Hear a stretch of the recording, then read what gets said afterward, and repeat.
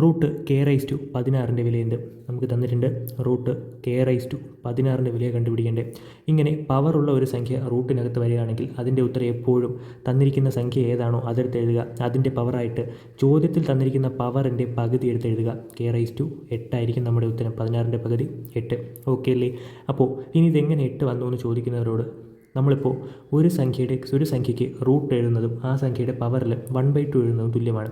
അതായത് ഞാനിപ്പോൾ എക്സ് എന്ന് പറയുന്ന ഒരു സംഖ്യ എടുക്കുന്നു. എക്സിന് റൂട്ട് എക്സ് എന്ന് എഴുതുന്നതിന് തുല്യമാണ് എന്ത്? എക്സിന് 1/2 എന്നുള്ള പവർ കൊടുക്കുന്നത്. എക്സ് റൈസ് ടു 1/2 എന്ന് എഴുതുന്നതും റൂട്ട് എക്സ് എന്ന് എഴുതുന്നതും തുല്യമാണ്. അങ്ങനെയാണെങ്കിൽ നമുക്കിവിടെ റൂട്ട് കെ റൈസ് ടു 16 എന്നുണ്ട്. അതിന് നമുക്ക് എന്തെന്ന് എഴുതാം?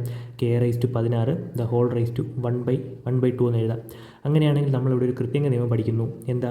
ഒരു സംഖ്യ A raise to M the whole raise to N എന്നാണെങ്കിൽ അതിനെ നമുക്ക് A raise to M into N എന്ന് എഴുതാം. ഓക്കെ അല്ലേ? അങ്ങനെയാണെങ്കിൽ ഈ K raise to 16 the whole raise to 1/2 എങ്ങനെ മാറും? K raise to 16 the whole raise to 1/2 equal to നമുക്ക് എങ്ങനെ എഴുതാം? കെ റൈസ് ടു 16 ഗുണം 1/2 എന്ന് എഴുതാം. ഓക്കെ അല്ലേ? 2 16 വെട്ടുമ്പോൾ 8 ഗുണം 8 തന്നെയാണ് ഉത്തരം. K raise to 8. ഓക്കെ അല്ലേ?